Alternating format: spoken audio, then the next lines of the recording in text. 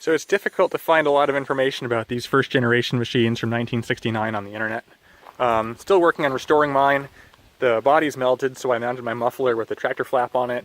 I still need to rebuild the seat.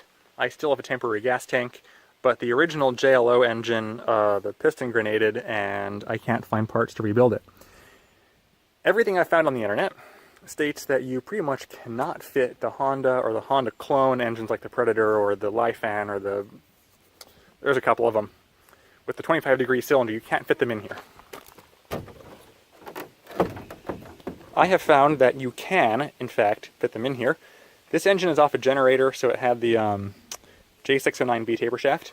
However, the first inch and a half or so of the shaft was actually 30 millimeters, so I cut it down to fit the original 30 millimeter clutch, and I re-sprung it for a 4-stroke engagement. I think it's still a bit high in RPM.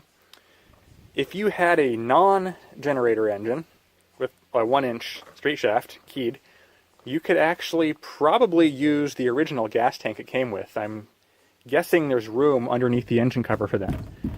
So that would avoid some issues with the gravity feed carburetor on here. Of course, one solution is to drill a hole and tap a pulse port and use a pulse fuel pump.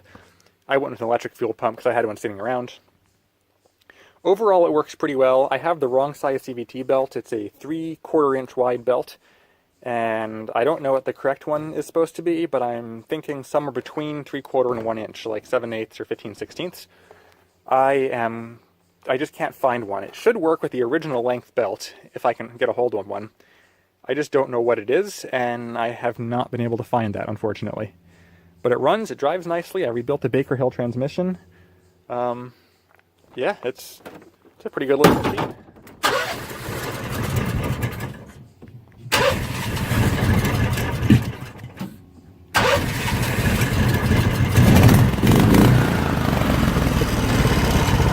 It's like a little tractor.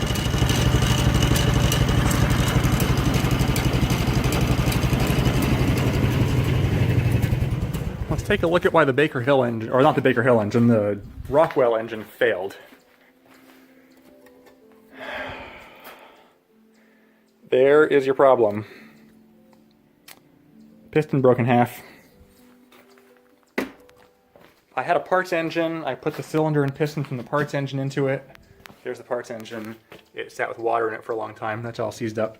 The piston and cylinder were okay, but it has low compression and it's backfiring out the carburetor pretty bad. It doesn't make a whole lot of power.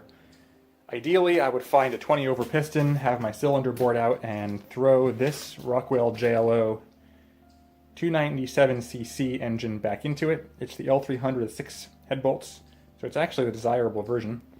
I rebuilt the Tillotson carb. I had that working pretty well, but as I said, the piston grenaded, and that was the end of it.